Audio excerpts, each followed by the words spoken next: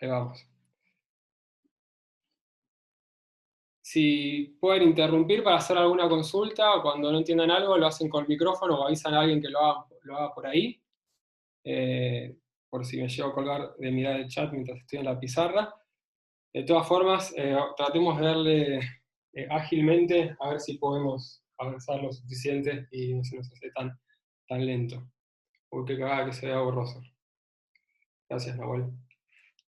Bueno, a ver, voy a ir contando lo que dice acá escrito y ustedes me dicen en esta prueba si se ve realmente tal mal, si no también puedo escribir más grande atrás.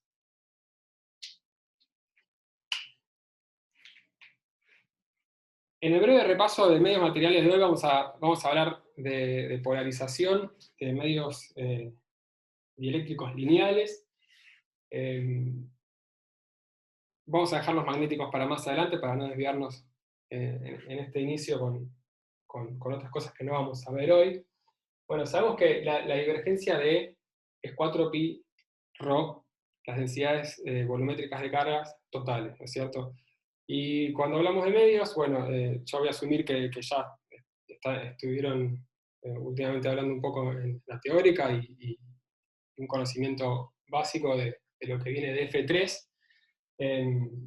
Podemos distinguir entonces entre dos tipos de carga, lo que llamamos las cargas libres, que son generalmente cargas que en los problemas académicos se dan como cargas prescriptas, o cargas que vienen a partir de baterías en conductores o que se pueden depositar en conductores, y las cargas de polarización, que son las que surgen a partir de la polarizabilidad de algún medio material, como va a ser en este caso dieléctricos lineales, que son con los que vamos a trabajar en esta guía. Entonces la densidad de carga total la podemos separar en estas dos partes, y la polarización o la carga de polarización la definimos a partir de un campo vectorial de polarización que llamamos P mayúscula, de forma tal que la ρ de polarización se define como menos el gradiente de esta P. Y a partir de esa definición podemos construir el otro campo vectorial que nos va a ser de utilidad, que es el que llamamos desplazamiento eléctrico. Acá lo que hice fue pasar este término para este lado, entonces nos quedó la definición del desplazamiento eléctrico como el campo eléctrico más 4pi por el vector polarización. Lo que vemos acá entonces es que las fuentes del campo D en divergencia son exclusivamente las cargas libres. Y eso va a ser básicamente lo esencial con lo que vamos a trabajar para resolver los problemas en medios materiales. Por su parte, además, no lo escribí acá en este resumen porque lo quise hacer lo más sintético, pero sigue valiendo que el rotor de E vale 0. Voy a escribir acá como auxiliar para que ustedes lo tengan, pero no lo puse acá porque esto lo voy a separar y por ahí después lo acomodamos de nuevo. Y además, lo que podemos ver entonces es que el rotor de D, el desplazamiento, bueno, lo podemos leer desde acá, desde la definición. Es igual al rotor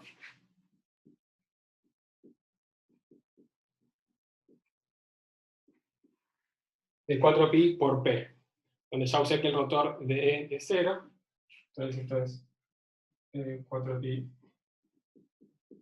rotor de P. Es decir, para el campo eléctrico seguimos teniendo las mismas ecuaciones de antes, solo que ahora vamos a poder distinguir en un tipo de fuentes más, que son las que vienen por polarización de los medios. Y para este campo D, bueno, no lo podemos tratar idénticamente a como lo tratamos a E, porque claramente tiene otro tipo de fuentes, y ya sabemos, vimos en la primera clase, que cuando un campo vectorial tiene fuentes en divergencia y fuentes en rotor, bueno, se podrá resolver a partir de potenciales, pero hay que incluir un potencial vector, además del potencial escalar, que podemos definir para los que tienen únicamente fuentes en divergencia. Entonces, eso está bueno tenerlo en mente para algún momento o para no confundirse. Vamos a seguir definiendo el potencial escalar eléctrico, tal que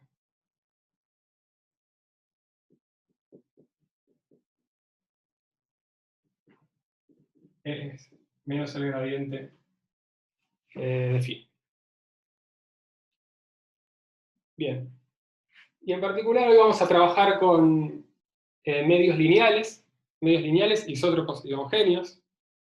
Pero si el medio es lineal, ya podemos definir a P a partir de E con un factor lineal. Si el medio es lineal isótropo y homogéneo, este factor que llamamos susceptibilidad eléctrica es un escalar uniforme, o sea, es un numerito que es una constante.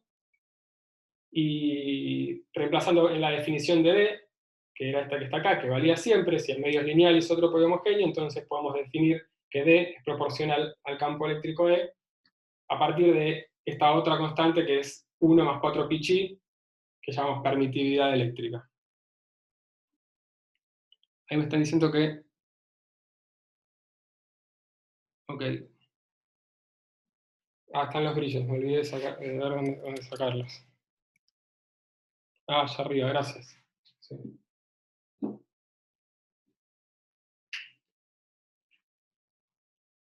Esta parte de ahí, ¿no? Oye. Decía que E es menos el gradiente de phi, el potencial electrostático.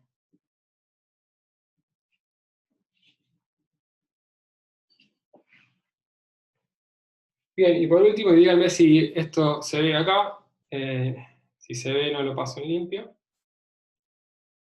El resumen para las fuentes en divergencia de D son que la divergencia de D es 4pi por ρ libre en volumen. Pablo me dice que no se ve, entonces le voy a escribir.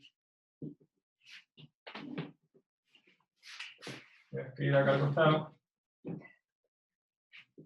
Lo que dice de abajo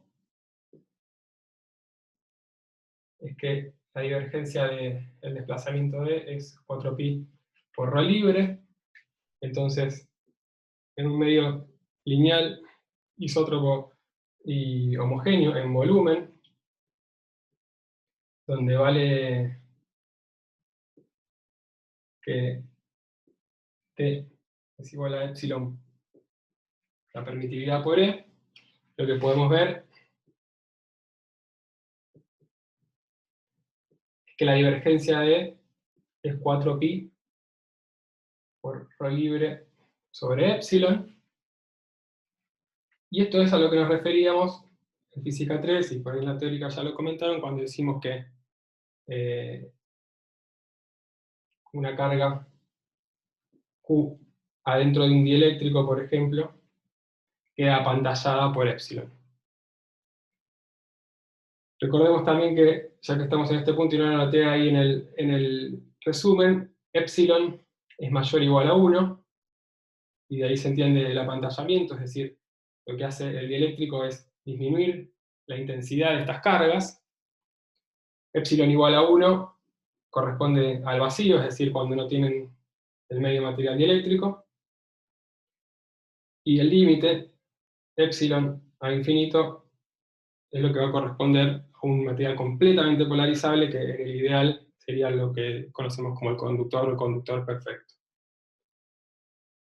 Bien, y esto que está acá, además, como habíamos definido, o como teníamos la primera definición, estos 4pi por la ρ total. Así que bueno, según lo que nos convenga, podemos escribir la divergencia D como las cargas libres apantalladas o como las cargas totales, que además son las cargas libres más la de polarización. Bien, y esto lo hicimos en volumen, o sea, lo que hicimos acá fue poner que D es igual a epsilon por E, y para sacar el epsilon afuera de la divergencia, lo que tuvimos que argumentar es que epsilon era uniforme, o sea que no era afectado por el nabla, por el operador nabla, y así lo pasamos para abajo. O sea, si epsilon no fuera uniforme, o sea, si hubiera que hacer una derivada sobre una función epsilon, o un epsilon que cambie, bueno, no podríamos leer esto directamente o hacer esta operación de sacar el epsilon para afuera. Eso es lo que nos pasa cuando tenemos una interfase, o sea, una separación entre dos medios, algo que tenga un epsilon 1 y otro que tenga un epsilon 2. O sea, cuando pasamos por esta a través de esa interfase, epsilon cambia. Y bueno, en ese caso lo que hacemos, entonces, lo que podemos hacer es tomar una pastillita y usar el teorema de Gauss para deducir el salto normal de D a través de la interfase. Bueno, nos da análogamente a lo que teníamos para el campo E, o sea, el D2 menos D1 cuando la normal va desde 1 hacia 2, y evaluamos sobre la superficie. Eso es 4pi por sigma libre en la superficie.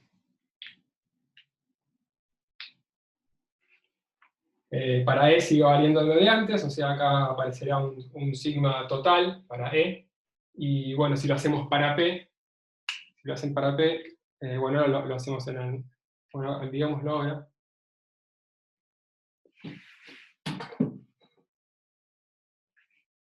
Esto ya lo puedo sacar.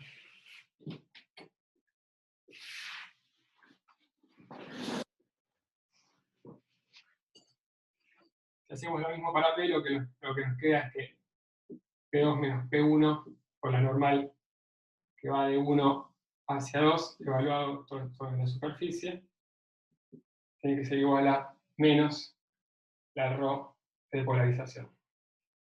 Todo este tipo de fórmulas las van a tener a mano, y de hecho ya hay un apunte en el... Ahora leo, Pablo. Hay un apunte en la pestaña de material adicional, donde tienen todas las condiciones de contorno para medios, con todas estas relaciones, como las que estoy escribiendo por acá. Esto recuerden que lo hice a partir de que la definición de P, de rho de polarización, era menos la divergencia de P. Sí. Jamil me preguntaba si hacías el salto D, corregís dividiendo por epsilon, ¿no? Sí, lo puedes hacer. Si hacías el salto D, te quedaría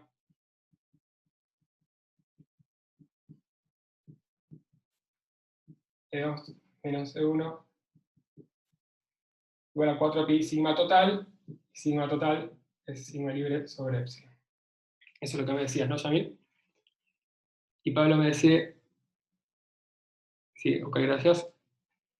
Esto que mostraste en el pizarrón está en el PDF. No, esta parte que estoy mostrando no está en el PDF que subí, pero está todo resumido en este apunte que les comentaba de material adicional.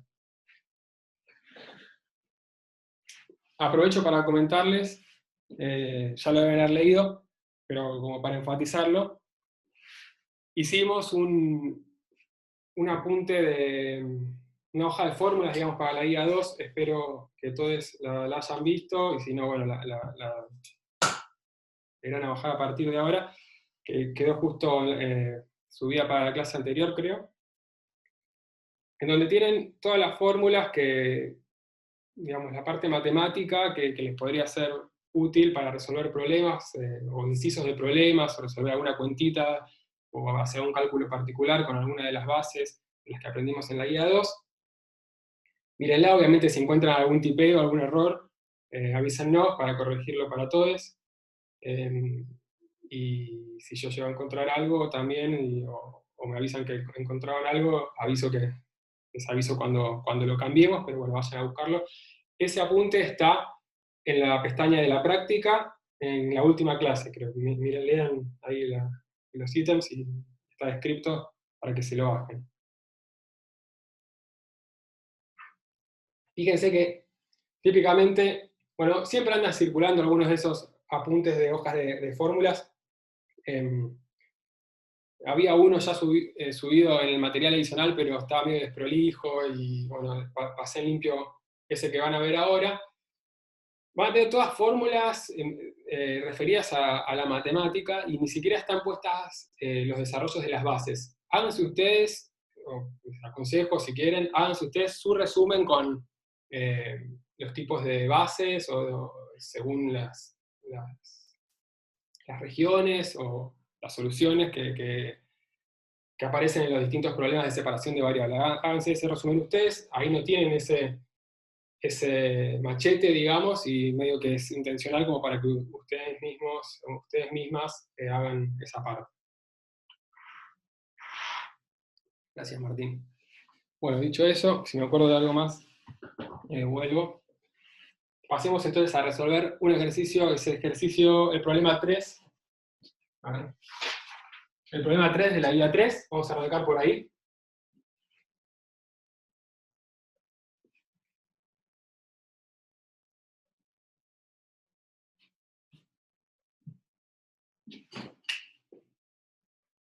¿Alguna consulta? ¿Hasta acá? O ya. ¿Qué falta? Acá tengo un puntito, ¿no?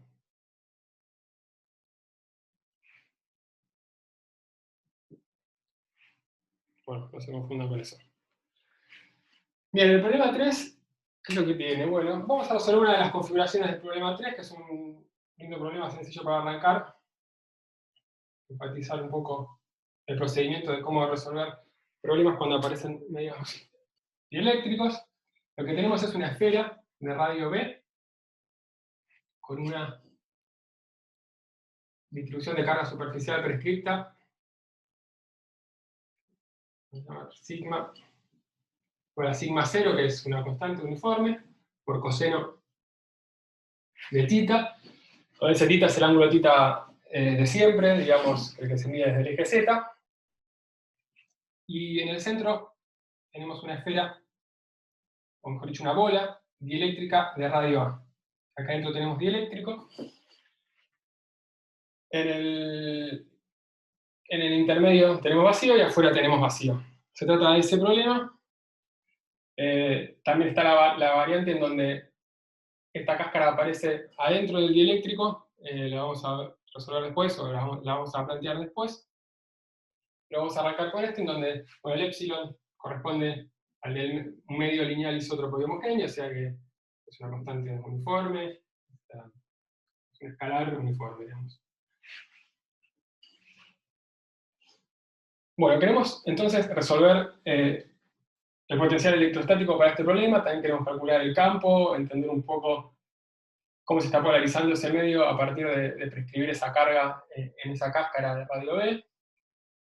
Y la estrategia para resolver siempre este tipo de problemas, o todos los problemas de potencial eléctrico, electrostático, y también para cuando veamos magnéticos, es identificar a priori dónde tenemos las fuentes, es decir, las cargas libres y las cargas de polarización en nuestro problema. A partir de que podamos detectar dónde están las fuentes del problema, podemos encarar la estrategia que nos resulte más cómoda, o la más conveniente, o la única posible que haya, pero la vamos a poder encarar siempre a partir de identificar las fuentes de los campos.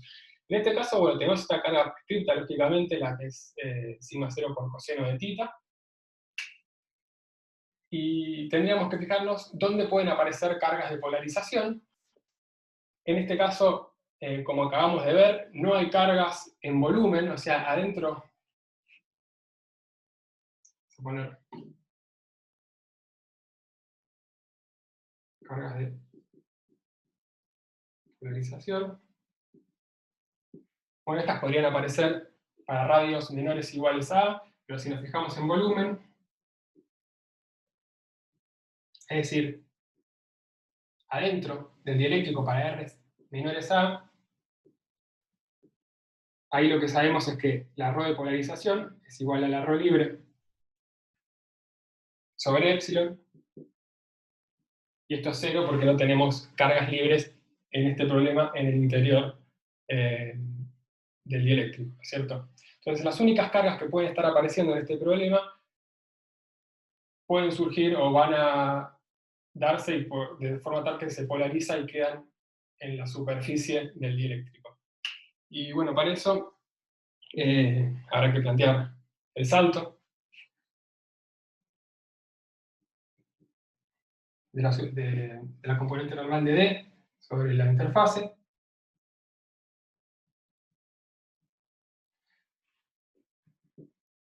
Como habíamos escrito hace un ratito recién. esto era P exterior menos P interior, con un menos, la normal que va desde el interior al exterior. Y en particular, para este problema, acá interior y exterior, no quiero poner subíndices, ya va a haber suficientes subíndices en el problema, así que voy a referir directamente al exterior del dieléctrico para calcular, para referirme a estas magnitudes. El exterior sería acá, el interior sería acá. El vector campo de polarización exterior es 0, porque no tenemos justamente dieléctrico ahí afuera. ¿Por qué ρ sub p es igual a 0? Pregunta Pablo. Porque ρ libre es igual a 0 en R menor a, ¿no? Enfatizo acá que estamos mirando para adentro, por adentro del dieléctrico. O sea, el único lugar donde podemos tener cargas de polarización es de A para adentro, con A incluido, ¿no? Si R es menor a A, o sea, en el interior propiamente dicho, en el abierto de esa bola, no tenemos cargas de polarización en este caso. ¿Por qué? Porque no tenemos cargas prescriptas adentro que vayan a ser apantalladas por el dieléctrico, y toda la inducción sobre el dieléctrico va a surgir en la interfase. Y eso es lo que estamos calculando ahora, que le estamos llamando cargas de polarización superficial sigma sub p, a partir de la fórmula que habíamos dicho recién y que podemos deducir con las pastillitas, la pastillita de Gauss para P. Entonces lo que nos queda acá es que va a haber cargas de polarización vamos a decir, en la superficie R igual a, y se calcularán como P en A, desde adentro, por eso le pongo ese menos ahí, por R. R versor. R versor de esféricas. ¿Estamos hasta ahí? No hay cargas en volumen, pero sí en superficie, entonces sí. No hay cargas en el interior del volumen, o sea, en el abierto R menor A, pero sí hay cargas de polarización en R igual a. Díganme todos, o si no, díganlo, con un sí ahí en el chat si están de acuerdo hasta acá. Joya.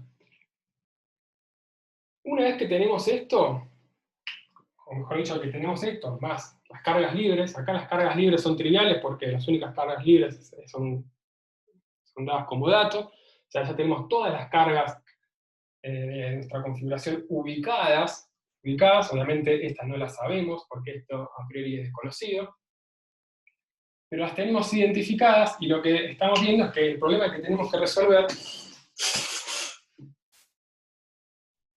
consiste de una cáscara con cierta densidad sigma sub p, que es incógnita, más una cáscara con esa sigma libre dada, que es igual a sigma 0 por coseno de θ. Entonces, el problema del dieléctrico frente a esas cargas prescritas lo podemos empezar a ver de esta manera.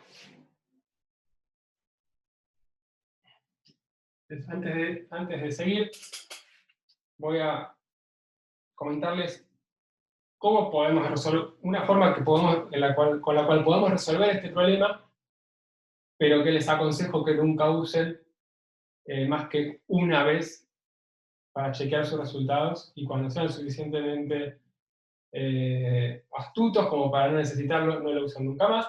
Este problema lo pueden resolver por separación de variables, ¿están de acuerdo? Este problema lo sabemos plantear por separación de variables en esféricas, porque los contornos son esféricos, podemos poner la plaza acá, la plaza acá y la plaza acá. Después habrá que ver bien cómo pedir las condiciones de contorno, eso lo vamos a repasar a lo largo del ejercicio, lo vamos a decir, perdón, vamos a verlo a lo largo del ejercicio, pero está claro que este problema lo podríamos plantear por separación de variables con lo que sabemos, por lo menos plantearlo, ¿no? Porque sabemos que pinta tiene la solución en esta región interna, en este interior entre las dos cáscaras y en este exterior. Y después habría que pedir condiciones de contorno.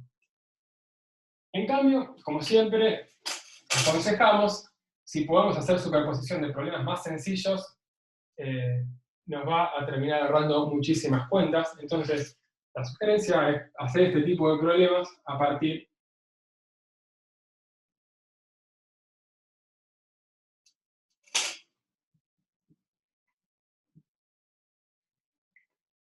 de la superposición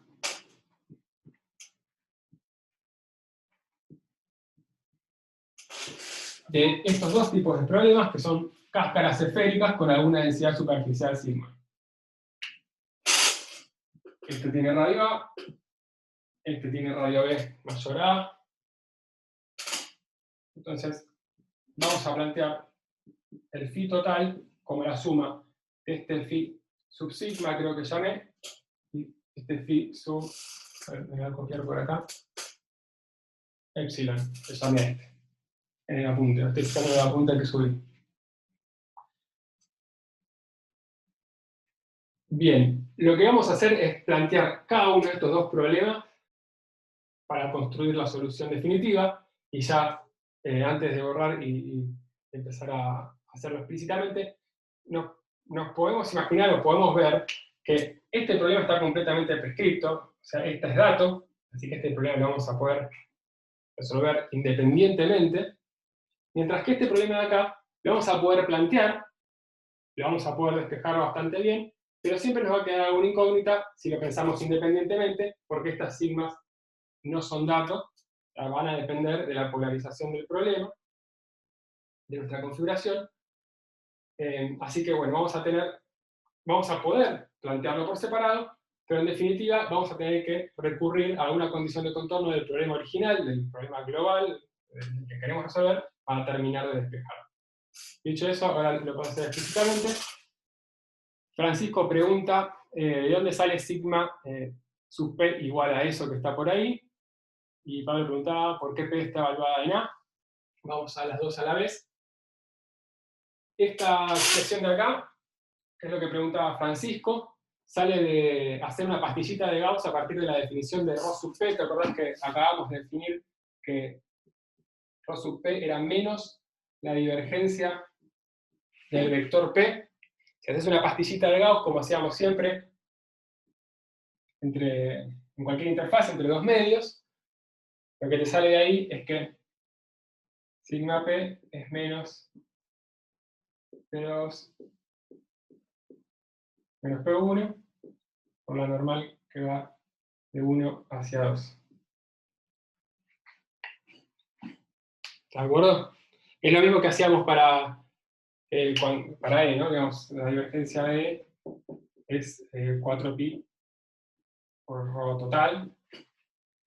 Por eso el signo de diferencia y el 4pi que está faltando, porque bueno, son diferentes las definiciones. Claro, sin 4pi, por eso que digo. ¿Ves la diferencia por de dónde sale? O sea, si fuera la total, aparece el 4pi porque acá hay un 4pi y acá no hay, y sale el menos porque acá no hay un menos y acá sí había. Claro, es por la definición esta.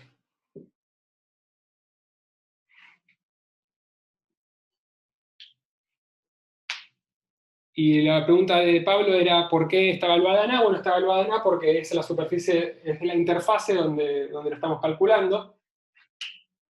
Bueno, acá no lo puse, claro, por ahí te has quedado por ahí. Pero la superficie de la interfase es R igual a. Eso es lo que veníamos mencionando.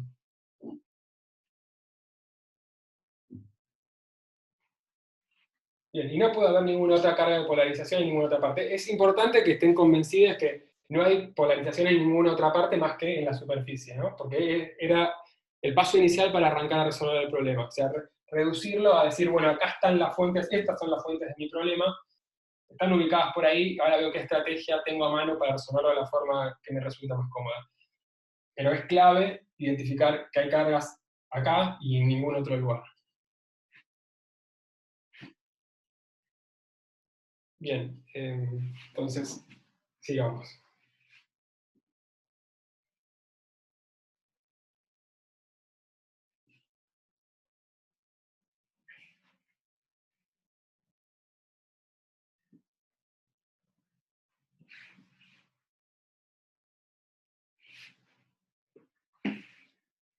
Resolvamos este problema.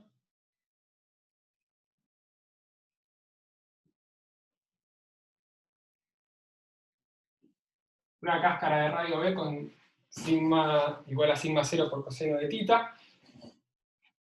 Wrong chat, no sé qué onda.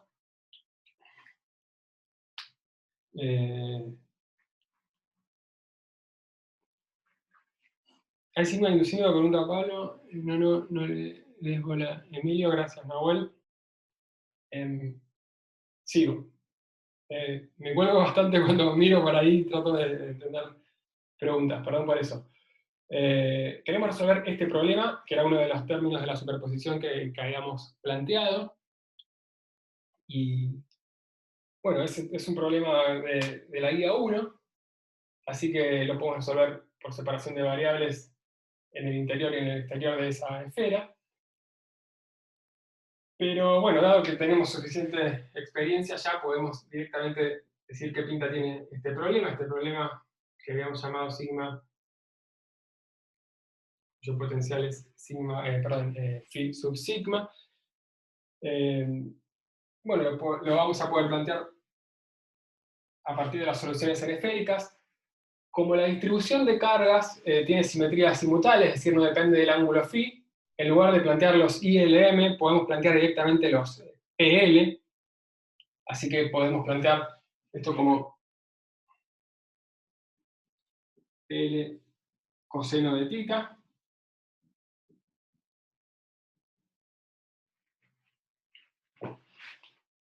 Y ahora pensando en que es una cáscara de radio B, bueno, podemos poner de un tirón cuánto vale, o cómo tiene que ser el potencial a partir de lo que ya hemos calculado.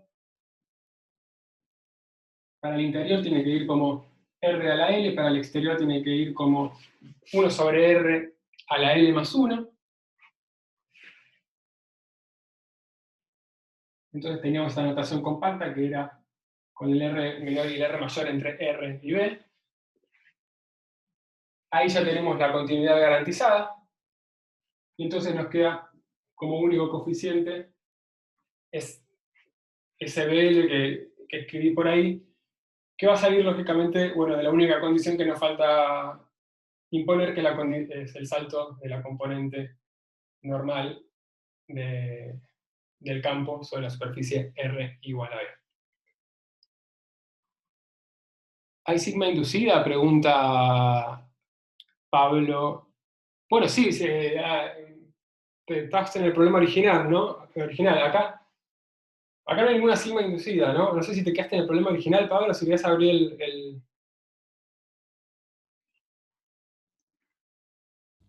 Hola, ¿se escucha?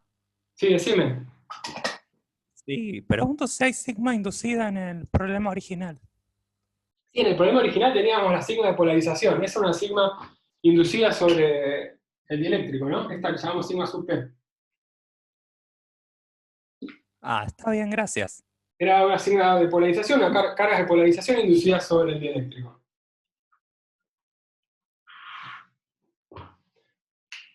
Bueno, estaría bueno que todos estén convencidos que este es el potencial de una cáscara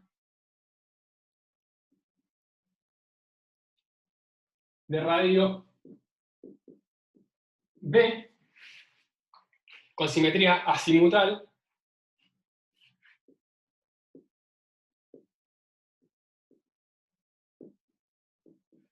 Porque les sugiero fuertemente que nunca más planteen desde cero un problema como este. O sea, estaría bueno que se convenzan de eso a partir de esta sugerencia y lo que hicieron antes, y si no, que se pongan a hacer este problema desde cero y vean que para cualquier cáscara esférica con simetría azimutal, el potencial va a tener esta pinta de ahí, donde solo nos falta decir cómo es la distribución, o solo nos falta considerar cómo es la distribución de carga superficial azimutal en esa superficie para despejar los únicos coeficientes que quedan acá como incógnita. A partir de ahora voy a mirar poco el chat, así le puedo dar ritmo, y me interrumpen con micrófono, ¿vale? Solo voy a mirar para pedirles alguna respuesta. Entonces, impongamos ahora la condición de salto. O sea, estamos resolviendo este subproblema con cargas prescriptas, así que lo hacemos como hacíamos siempre. La condición de salto lo que nos dice es que menos la derivada respecto de R del phi sigma evaluado en B desde adentro, más la derivada normal de afuera, tiene que ser igual a 4pi sigma. Entonces, despejamos, o hacemos la cuenta.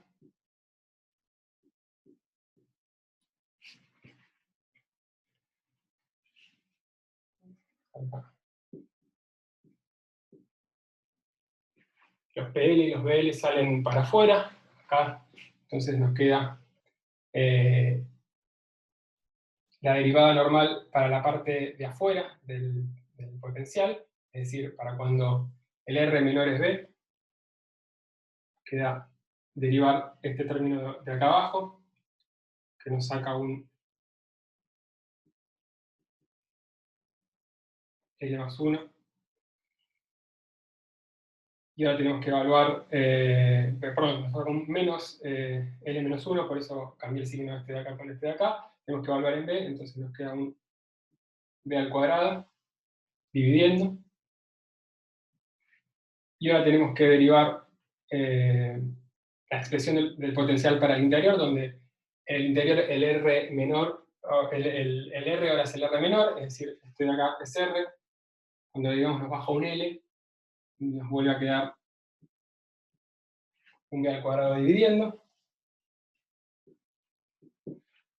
Y eso que está ahí tiene que ser igual a 4pi sigma, que en este caso es 4pi, un factor uniforme, por el coseno de θ. Bien. Acá lo que hacíamos habitualmente era usar ortogonalidad y terminábamos de despejar los B sub L, pero como estamos tan cancheros, y ya nos conocemos cuál es el PL que representa el coseno de θ, identificamos que esto que está acá es directamente uno de los PL, el P con L igual a 1 es igual a su argumento, o sea, es el coseno de θ. Entonces ni siquiera tenemos que aplicar ortogonalidad o hacer la cuenta de ortogonalidad, sino simplemente igualar coeficiente a coeficiente para decir que los BL con L distinto de 1 son 0 y el B1 es entonces igual a, o sea, cuando ponemos el igual a 1, que tenemos el coseno de θ y vemos que el B1 es igual a 4pi sigma 0 dividido esto. O sea, que tenemos un B al cuadrado por ahí. Y abajo nos queda 2L más 1, o sea 3.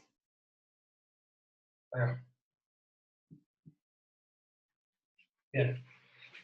Y con esto resolvimos el primer término de la superposición que nos va a dar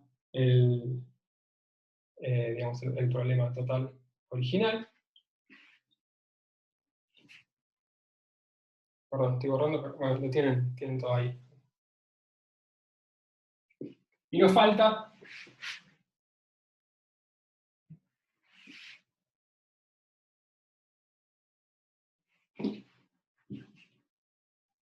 resolver este problema, o plantear este otro problema, que era el segundo término de la superposición que nos habíamos propuesto, que habíamos llamado phi sub epsilon al potencial que representaba a esta cáscara de radio A, pues una cáscara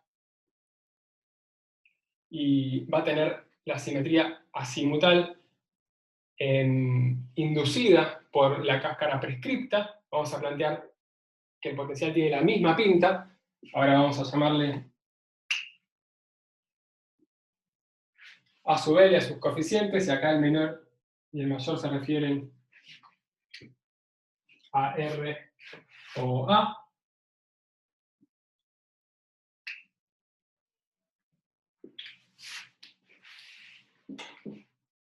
Y lo que estamos usando acá fuertemente, además de todo lo que dijimos recién, es que el medio es lineal, así que la polarización va a tener que respetar, ¿cómo decirlo? Sí, bueno, va a tener que respetar al campo, digamos, original que lo está, digamos, que la está induciendo, y por eso directamente podemos atrevernos a escribir el potencial de esta cáscara también con simetría azimutal. La razón para eso es que el medio es, perdón, no que es lineal, sino que es isótropo, perdón. El medio es lineal, isótropo de homogéneo, en particular que es isótropo. Es decir, no vamos a tener polarización en ninguna otra dirección que no sea la inducida por las cargas prescriptas. Eso lo que quiere decir es que van a aparecer líneas de campo de polarización en las mismas direcciones de los elementos de la base que dan las direcciones para el campo de las fuentes prescriptas. Pues habrá que ver bien qué forma tiene esa polarización final, pero a priori se va a tener que respetar, en la inducción se va a respetar los mismos elementos del grupo de la base, digamos, que aparezcan en las cargas prescriptas. Por ahí estamos diciendo mucho, y para quien no se lo crea, lo que puede hacer es entonces escribir acá, en lugar de los PL, resolver este problema con los ILM. Esa sería, para que no se crea este argumento de la isotropicidad, lo que tiene que hacer es, bueno, plantear el potencial más general para una cáscara de radio A, que es este que está acá, pero ahora con los ILM, y bueno, acá los A sub LM correspondientes. Vamos a ver mientras resolvamos el problema, vamos a ver que necesariamente acá también aparecen los PL. O sea, todo esto que traté de decir con palabras se va a ver en la cuenta, a pesar de que yo no voy a usar los ILM, pero se los voy a mencionar en el momento oportuno. Si ustedes se creen que en este problema integrado, donde esta polarización está dada por una cáscara de simetría azimutal, tiene que tener también simetría azimutal, entonces estarán convencidos de que esto tiene la pinta de los PL y nada más. Dicho todo eso, tenemos escrito acá todo lo que podemos decir a priori de esta carga con sigma de polarización, que es desconocida. Es decir, estos A sub L no los podemos despejar en esta instancia, mirando solamente esto, porque esta sigma de polarización es desconocida para nosotros.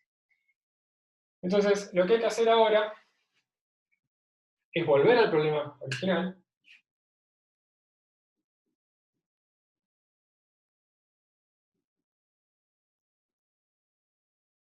en donde esto ya lo tenemos resuelto. Acá solo faltan determinar estos coeficientes A sub L y pedir la condición de contorno necesaria que nos está faltando para poder despejarlo.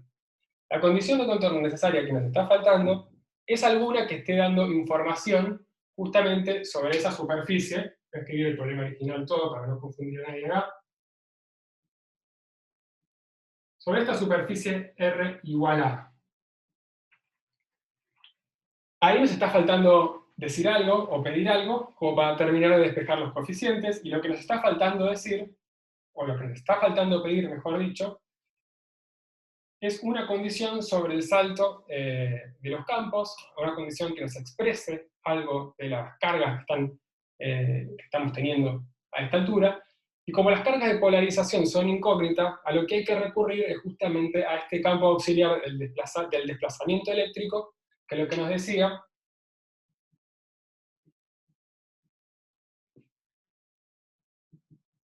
era que el salto de la componente normal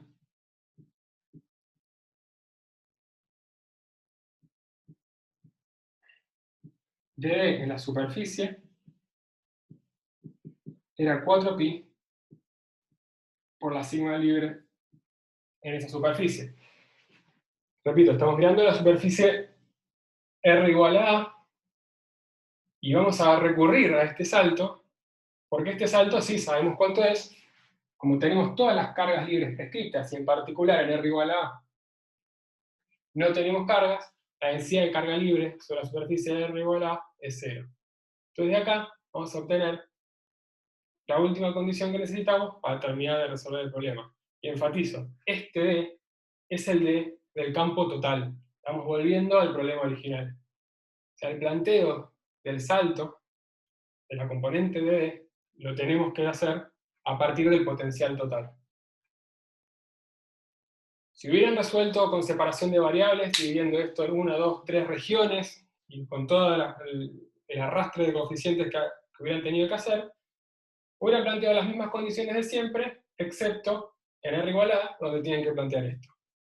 Háganlo si quieren alguna vez en sus vidas, son muchas más cuentas.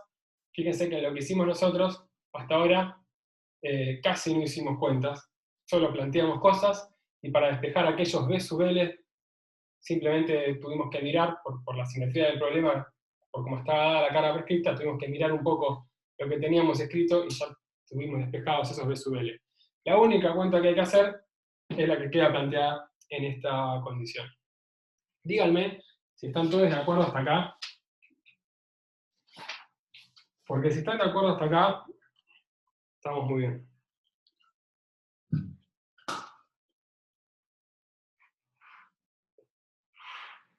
Joya. Bien, voy a leer si tengo algún comentario nutritivo más para decir, pero creo que lo dije todo. Vamos a la cuenta. Sí, vamos a la cuenta. Entonces, lo que tenemos que hacer, esto que está acá, es el D externo es epsilon externo por E externo. Epsilon externo, o sea, epsilon acá es 1. Esto es 1 por el campo externo. El D interno, me estoy refiriendo a interno y externo como al dieléctrico, que es el único material exótico que nos está apareciendo hoy por hoy en nuestras vidas, es justamente epsilon por E.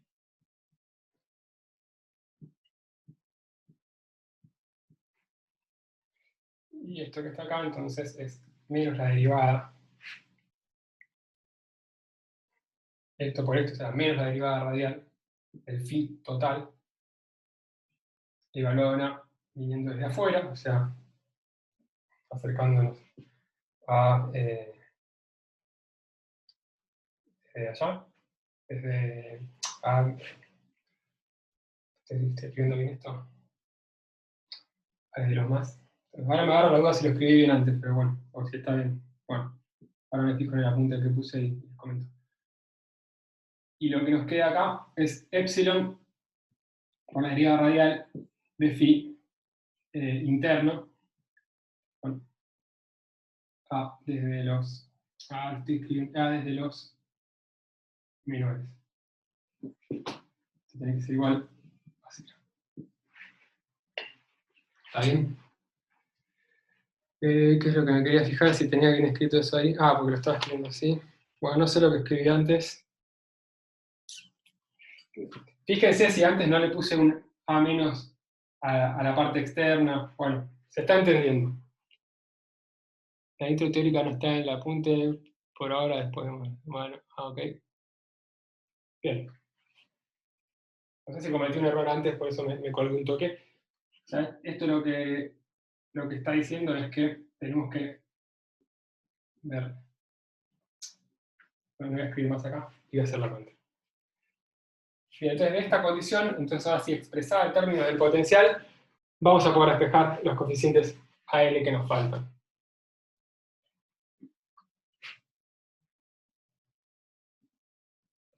Interrúmpame si hay alguna duda.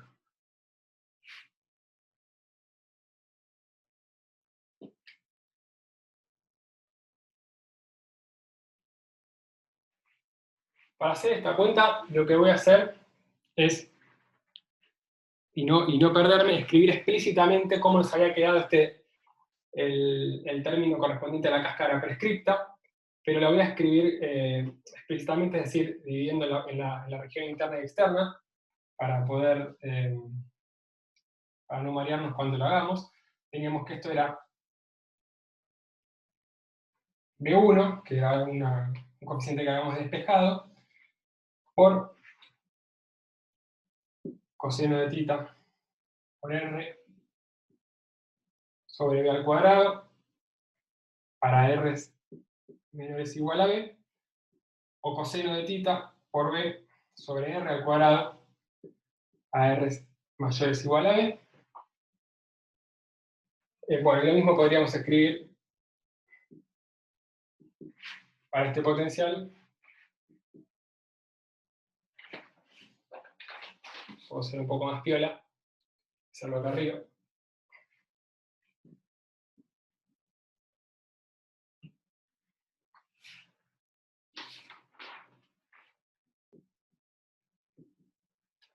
Esto es entonces R a la L sobre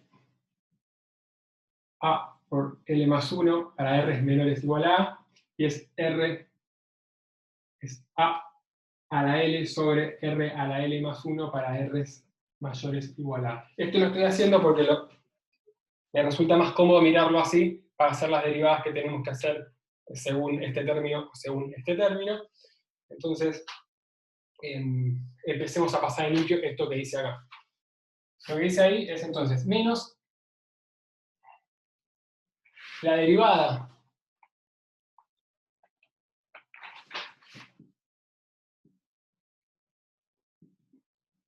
de phi sigma más phi epsilon desde el lado de afuera, es decir, para R's mayores a A. En ese caso tenemos que esta expresión tenemos que usar siempre la que es con R mayores a B, porque estamos acercándonos, perdón, estoy mal. Vamos acá. Este problema B es mayor a A, y queremos hacer derivadas de este lado y de este lado. Para el potencial phi sub sigma, el R acá es menor a B, así que tenemos que mirar esto que está acá. Entonces ponemos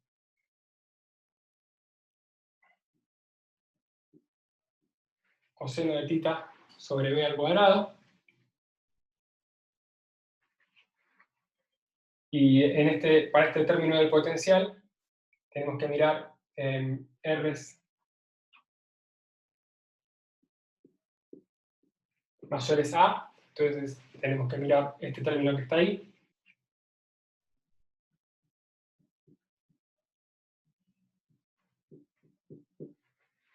Quedan los PL por los AL, por menos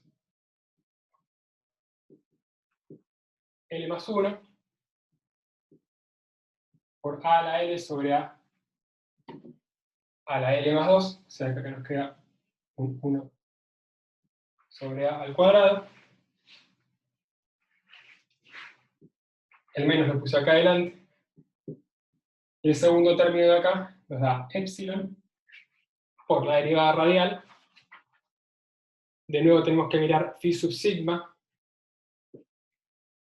aquí adentro, pero vale igual R menor a B. Entonces tenemos que volver a derivar este término que está ahí.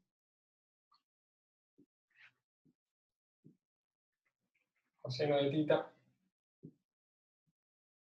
sobre B al cuadrado. Y ahora, para el phi sub epsilon, estamos con R menores a, es decir, tenemos que mirar este renglón de acá.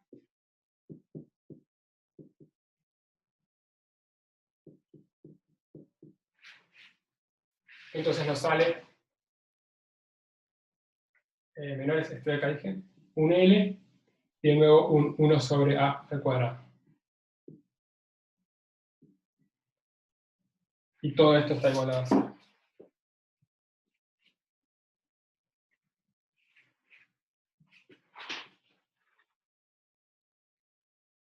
Joya, está bien, me equivoqué acá, dígame si me equivoqué acá, ¿eh? Ahora el micrófono, mientras reviso. Creo que escribí lo mismo que la Me apunté. parece que te faltaron los B1 en el coseno de tita sobre el cuadrado de los dos lados, pero Ah, sí. problemático. Gracias. Bien. Está todo. Bueno, y ahora es despejar. Fíjense que cuando despejemos, lo que nos va a quedar, voy a saltar un renglón del despeje, pero podemos escribir esto, me voy a fijar en el siguiente renglón, entonces me salteo uno del apunte, lo que tienen es que PL de coseno de tita por AL por L por epsilon más 1 sobre A cuadrado es igual a, voy a pasar para el otro lado de la igualdad, lo que tiene B1, todo lo que está acompañado por B1, que es menos B1, epsilon menos 1 sobre B al cuadrado, por los cosenos de tita, que como ya sabemos, son los P1 del coseno de tita.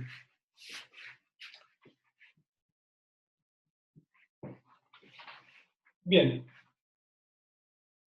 Este paso es relevante para quienes tengan alguna duda acerca de si podíamos usar directamente los PL en esta expresión o había que considerar los ILM. Fíjense que si hubieran puesto los ILM, hubieran llegado a lo mismo que está acá, pero con los ILM acá. Y cuando ortogonalizaran, lo que les iba a quedar es que ese ILM tenía que ser necesariamente igual a algún P, en particular el P1.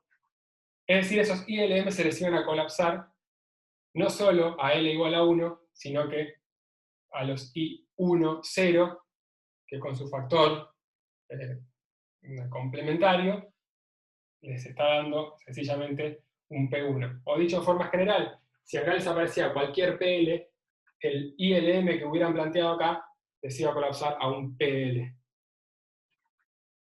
Dicho eso, como un asterisco aparte, para los más escépticos, tenemos que hacer este despeje de acá, y de nuevo, lo que tenemos es que igualar coeficiente a coeficiente para decir que los AL con L distintos de 1 son 0, y que el único que sobrevive es el A1, y es igual a lo que tenemos ahí escrito, si se fijan o completan ustedes los cálculos intermedios, es menos epsilon menos 1 sobre epsilon más 2 al cuadrado 4pi sobre 3 sigma 0. Bien. Acá termina el cálculo de potenciales, porque ya lo podemos escribir. Tenemos todo despejado. Ahí en el apunte tienen la forma sintética en la que queda escrito. Lo que vemos es que no solo son los PL los que aparecen acá,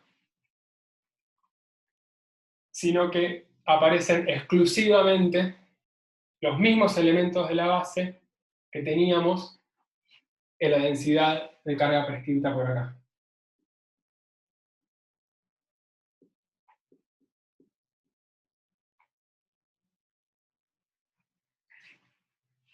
Es decir, el dieléctrico se polarizó de una manera tal que los términos que aparecen en el potencial debido a la polarización del dieléctrico son paralelos, o son en las mismas direcciones que los que teníamos en las cargas prescriptas. Perdón, no entendí eso que dijiste recién. ¿Lo podrías repetir? Sí. Que así como traté de argumentar que el potencial debido a las cargas de polarización en el dieléctrico iban con la misma simetría azimutal que las cargas prescriptas por la densidad esta que nos daba el problema, Además vemos que no solo tiene simetría azimutal, sino que por ser lineal, isótropo y homogéneo, los elementos de la base que aparecen en esta expansión son los mismos elementos de la base que aparecen en las cargas prescritas. Si en esta carga prescrita hubieran puesto más un P2 o un P3 o un Pn de los cosenos de tita, acá les hubiera quedado los A sub L correspondientes a esos mismos elementos de la base que ustedes pusieran acá arriba. Claro, ahí lo entendí. Gracias. Joya. Y eso se ve analíticamente por este paso, ¿no? Y parecido a lo mismo que decíamos con los ILM. En el momento de ortogonalizar, van a sobrevivir los que aparecían en la cáscara de afuera, que en este caso son las cargas prescritas que están induciendo la polarización sobre este dieléctrico. Bien, Emilio, sí, sí. yo tengo una pregunta con respecto a cuando hicimos lo que sería, cuando separaste el problema, ¿no? En las dos cáscaras. Sí. Resolviendo nada más la cáscara de radio A, como que yo en un principio me atrevería a pensar en que hay una simetría no solo azimutal, sino también, bueno, de L igual 0, ¿no?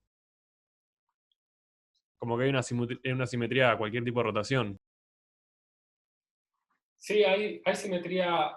Que haya simetría azimutal significa que no depende de phi, del ángulo phi, ¿no? De esféricas. Claro, y tomando nada más la cáscara de radio A con el dieléctrico dentro, también diría que hay simetría con respecto al ángulo tita.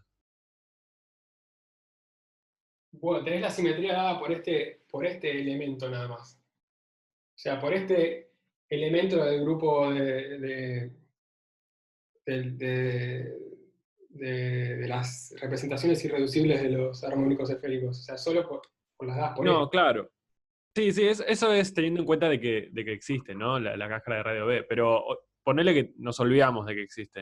¿Estaría bien decir de que para la de radio A tenés simetría en tita también?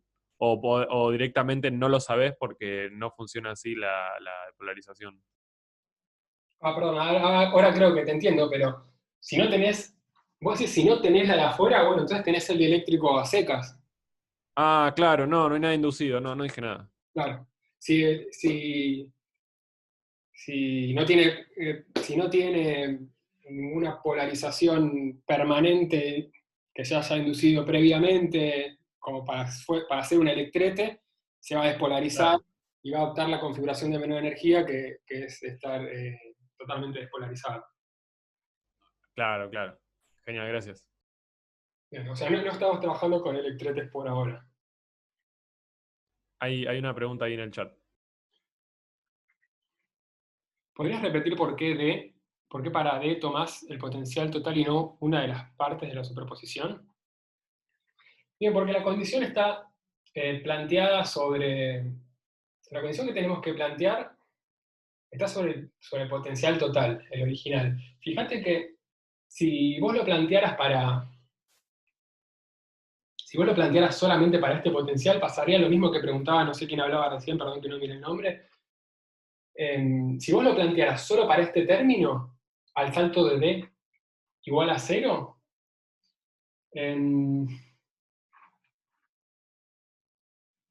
lo que te daría es que tiene que ser, que los A sub L son 0, lo que acabamos de decir. A 0. O sea, sería plantear esto que está acá sin los cosenos, es decir, todo esto igual a 0. O sea, estarías mirando este problema solo que es otro problema. Por ahí estoy diciendo lo mismo, tratando de decir lo mismo de otra forma, pero va muy relacionado a la pregunta de recién. Mirar solo este problema es mirar el dieléctrico solo, en el vacío, y lo que te estaría diciendo, sacando estos términos de acá, es que no se polariza. Los A sub L son 0. Perdón, Emilio, pero más allá de la cuenta, ¿podrías repetir la justificación que habías dado inicialmente? Porque yo quizás a priori hubiese pensado en separar el problema como dos cosas totalmente distintas. Es decir, la parte que hiciste para el sigma común y corriente, y la parte para el epsilon. Entonces quizás, no sé, yo hubiese tirado eso, quizás llego a que me da 0 y bueno, ahí me doy cuenta que hice algo mal, pero no termino de ver por qué debería considerar para el segundo caso que existe el cascarón de afuera, del de radio B. Bien. O sea, el potencial total. La razón física es un poco lo que venimos diciendo, pero ahora lo voy a decir más concretamente a partir de tu pregunta. Así que te agradezco. La condición del D hay que plantearla sobre el campo total, es decir, sobre el potencial total, porque la polarización va a estar dada por las cargas totales, o las cargas libres totales, o la configuración total de tu distribución de cargas. Si vos considerás ese salto de D para un término solo de la superposición, o para una parte de tu potencial, vas a estar resolviendo otro problema en donde aparece solo esa parte de las configuraciones de carga. Como vos querés resolver el problema del dieléctrico inducido por estas cargas prescriptas, tenés que considerar el D total, o sea, el potencial, como le preguntabas vos, tenés que considerar el potencial total. Ese es el que te va a dar la inducción que tenés en tu problema.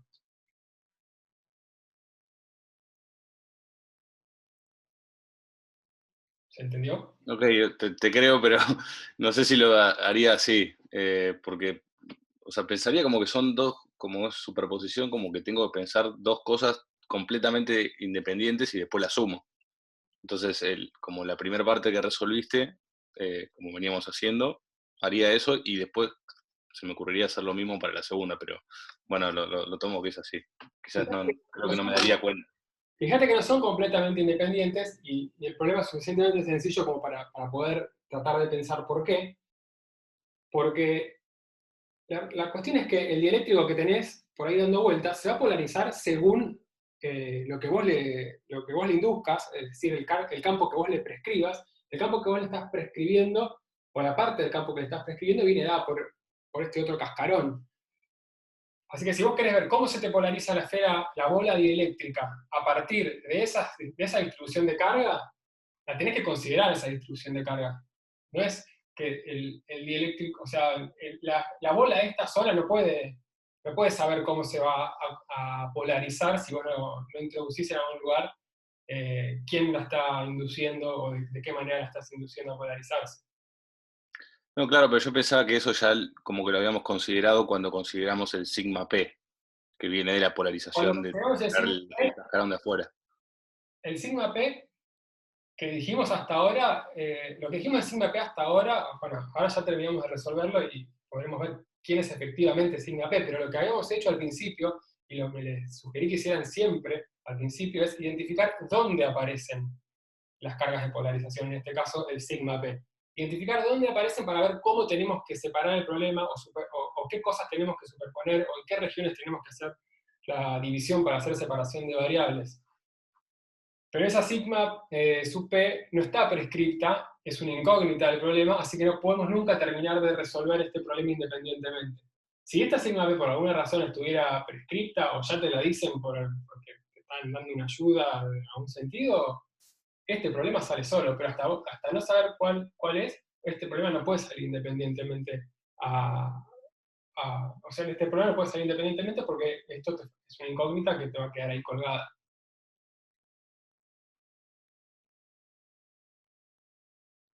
O sea, si fuese el caso de que conozco sigma P, entonces sí haría, o sea, D2 menos D1, o sea, el D de afuera sería en realidad el campo eléctrico, Sí, y del otro lado 4pi sigma P. Y chau. no. Si tuvieras sigma P, podés resolver esto como un cascarón esférico con esa sigma dada, con esta sigma P dada, si la tuvieras, a mano, como hicimos la primera parte, el primer término del problema, de la superposición del problema. Ah, sí, sí, a eso me refería. Digo, considero que adentro hay un D y afuera hay un E. Entonces hago el salto, bueno, hay un D con epsilon igual a 1. Pero sí, está bien, me refería a hacer eso. Ok. Bueno. Gracias. Terminé de convencerte si no, pero lo importante como como instrucción para quienes no estén convencidos todavía, es que el salto sobre D, el salto de la componente normal de D, hay que tomarlo sobre el potencial, sobre el D total. Porque ahí, solo ahí vamos a estar considerando el total de la configuración de cargas que tenemos, como para ver como para considerar correctamente cómo es la polarización dadas las cargas o la información prescripta que tenemos del problema. Bien.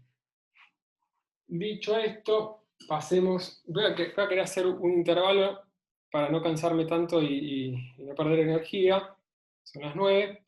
Terminemos un poco de comentar. No voy a hacer todas las cuentas de la próxima hoja, pero la tienen ahí, así que la voy a ir comentando por arriba. Vamos a ver lo más importante. Tratemos de terminar este problema y hacemos un intervalo.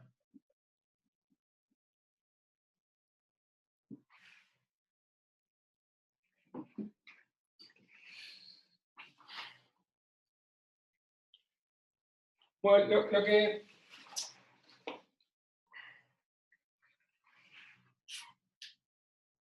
lo que me parece interesante ver en principio, o primero, es. Vayamos a este problema solo, ¿no? Al que llamamos el potencial de la carga sigma prescripta.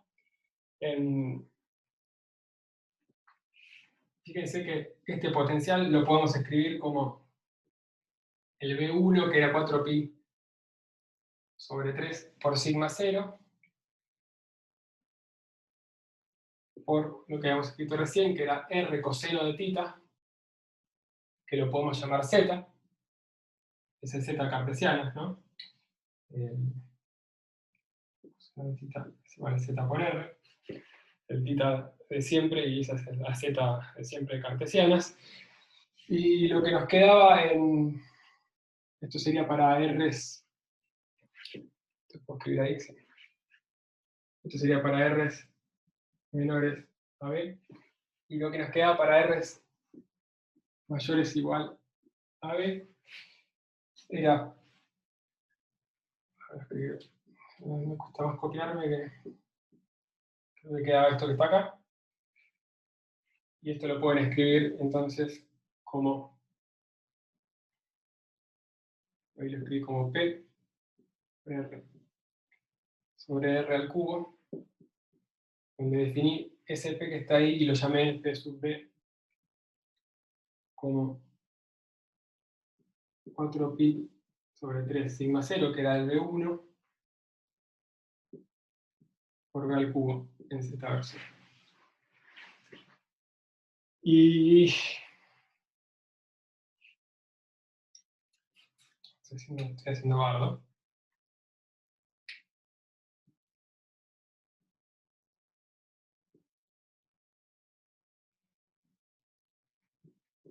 Ahora sí, esto lo llamé E sub B por Z, donde decidimos E sub B como 4pi sobre 3 sigma 0. Ahora sí.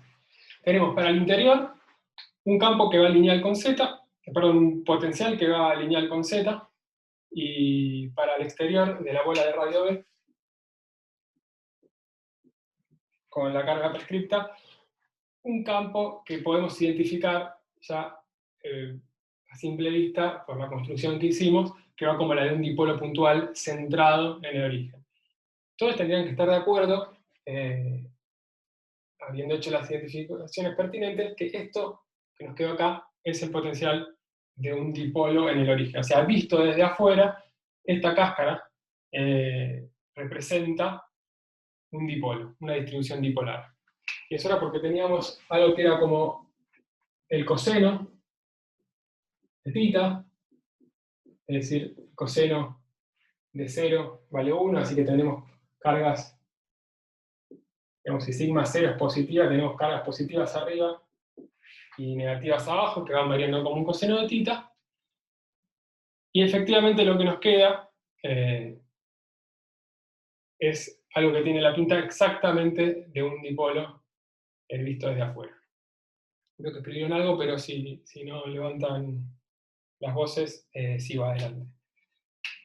Desde acá es fácil, a ver, quizás es más fácil pensar cómo es el campo eléctrico correspondiente a esta cáscara sin hacer la cuenta, porque dicho lo que está escrito ahí arriba, es fácil de dibujar, pero hagamos la cuenta una vez de cómo es este campo eléctrico. El campo eléctrico para esta cáscara la podemos calcular como el gradiente menos el gradiente de su potencial, y lo que nos queda es menos esta definición que hicimos de E sub B en Z versor, y acá lo que tenemos que escribir es el campo de un dipolo, habría que hacer la derivada de eso. El campo del dipolo puntual en el origen es 3 veces P por R versor en R versor menos P, esto lo había llamado P sub B en realidad, todo sobre R al cubo, ¿no? Sí, R al cubo.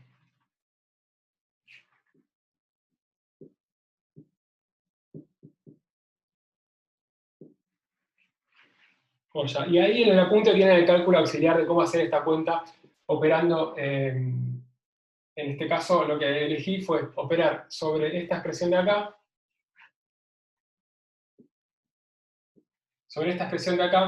en esféricas, es decir, agarren el gradiente en esféricas. Fíjense que en el material adicional, en la pestaña de material adicional tienen el machete de fórmulas de operadores diferenciales en coordenadas curvilíneas.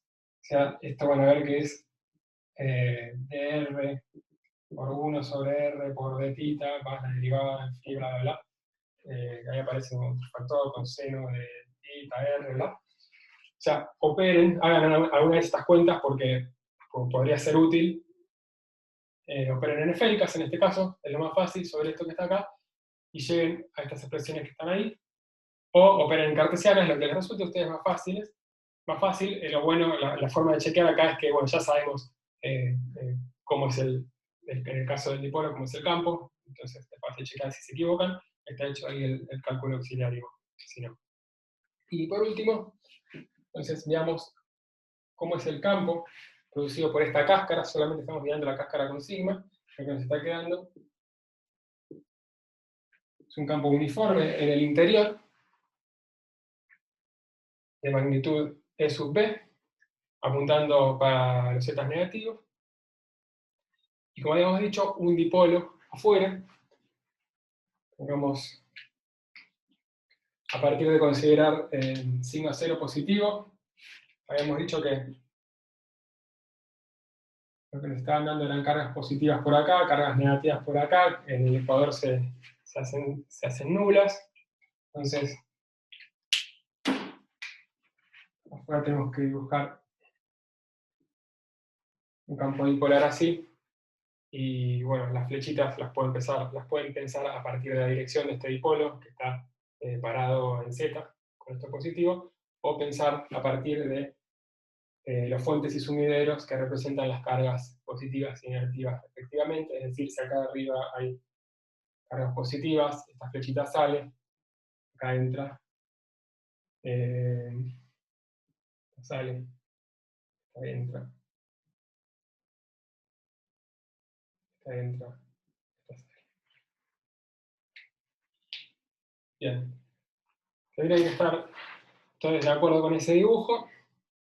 Y lo último que hago respecto a este punto de apunte es, a partir de esta construcción, o de esta representación explícita del potencial y el campo al primer término de la superposición de nuestro problema, escribirlo también para el otro término, que era análogo. O sea, era exactamente igual, solo que cambiaba el valor de los coeficientes, es decir, esto les queda como un E sub A en Z, y acá les va a quedar como otro dipolo que se llama P sub A para los menores, a ahora, a los mayores A. De ahí pueden deducir el campo que produce la bola polarizada que obtuvimos, haciendo la misma derivada, y pueden dibujar el campo total, o pueden tratar de imaginarse el campo total. Lo voy a hacer rápidamente para comentarlo, pero sigan, si no, sus razonamientos intermedios. O sea, lo que vamos a tener que superponer para el campo total ahora, o sea, lo que vamos a dibujar ahora es menos el gradiente del phi total, que es el campo total de nuestro problema, es este dibujo, va a ser el dibujo que genera este que está por acá. Me voy a complicar si lo trato de hacer de una.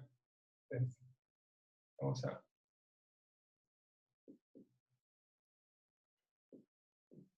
pensar primero en la superposición de los campos.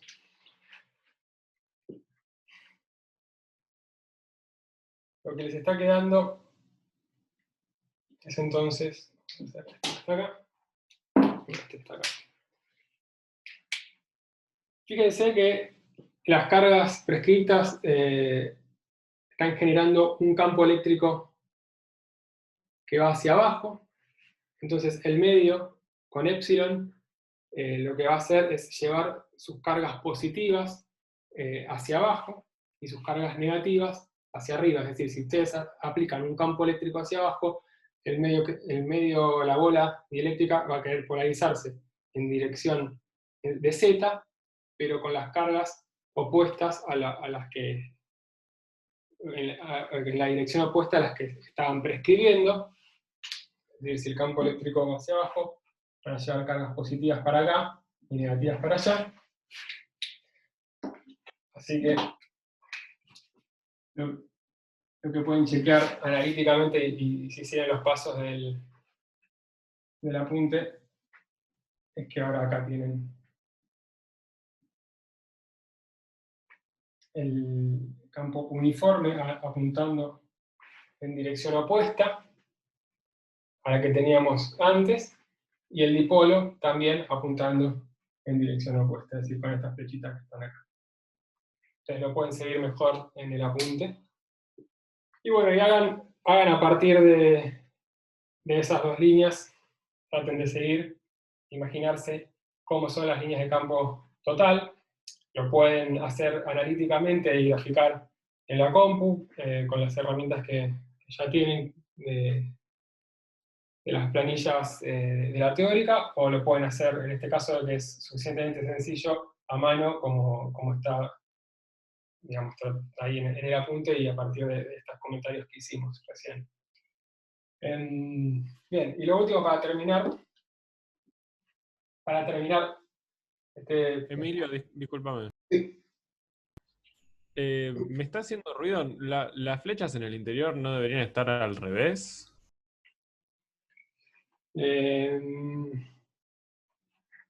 No sé si ya me estoy mareando. No, creo que no.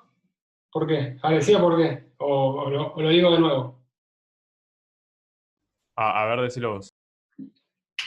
La bola dieléctrica está siendo polarizada por un campo que va hacia abajo. Entonces eso va a separar las cargas en el dieléctrico, induciendo las positivas abajo y las negativas arriba. Porque cuando el campo eléctrico va así, las cargas positivas se van para abajo y quedan las negativas arriba. ¿Estás de acuerdo con eso? Sí, no, yo hablo ya desde el principio con el cascarón B. Ah, perdón. Con el cascarón B, no, el cascarón B venía dado por esta sigma. Lo que estamos asumiendo es que sigma sub 0, esa constante, es positiva, y coseno de 0 es 1, así que acá arriba te quedan cargas positivas, y acá abajo te quedan cargas negativas, y las líneas de campo salen de las cargas positivas y entran a las cargas negativas. Ah, claro.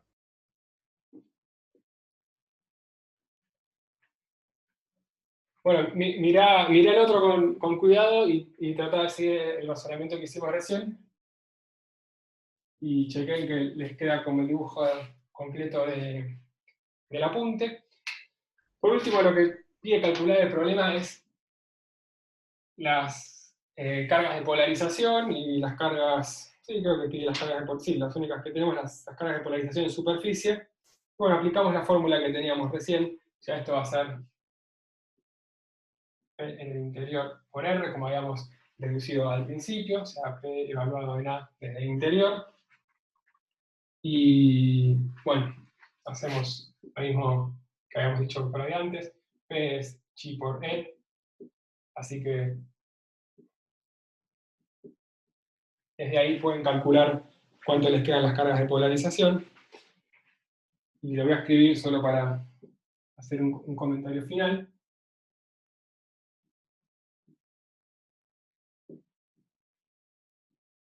El comentario, bueno, un par de comentarios finales pertinentes. Primero, no lo hicimos en el potencial, pero aprovecho para hacerlo ahora. Fíjense que cuando epsilon es igual a 1, es decir, cuando el dieléctrico en realidad lo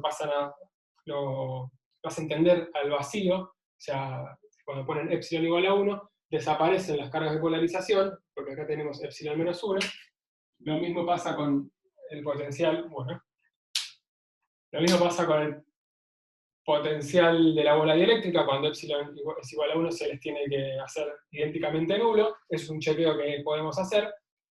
Y el otro chequeo y detalle pertinente es, bueno, que la carga total de la bola dieléctrica, que en este caso podrían calcular como la integral de sigma p en la superficie de la bola,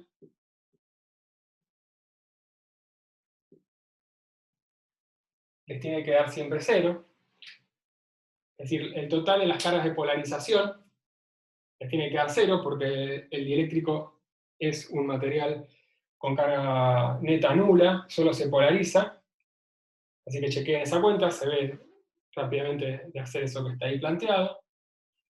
Y lo otro que les pedía el problema era, bueno, calcular el momento dipolar de la bola dieléctrica, por cómo haya quedado inducida. La voy a poner el P de polarización. Bueno, pueden hacer la cuenta para chequear, pero lo que tendríamos que hacer para una distribución superficial es esta cuenta que está acá. O sea, tenemos sigma en R igual a. Entonces hacemos la integral de la superficie. Bueno, y chequen que eso que estoy escribiendo ahí les da efectivamente esto que escribe acá. O sea que visto desde lejos teníamos este P sub A. Que ya habíamos definido antes. Y no lo escribo acá, pero estaba escrito en el apunte que tienen ustedes delante de sus ojos. Esto sería como un chequeo, ¿no? Porque en realidad ya lo sabemos. O sea, esto lo sabemos y lo chequeamos de que nos dé 0. Y esto lo sabemos porque ya habíamos podido escribir que el potencial de la bola dieléctrica, visto desde afuera, era únicamente el de un dipolo puntual en el origen, así que su momento dipolar tiene que ser precisamente ese objeto que habíamos identificado ahí. Bueno, voy a cortar acá para no irme en comentarios y hacer un breve descanso de 10 minutos y seguimos con por ahí un comentario más y el problema 1 que es muy cortito.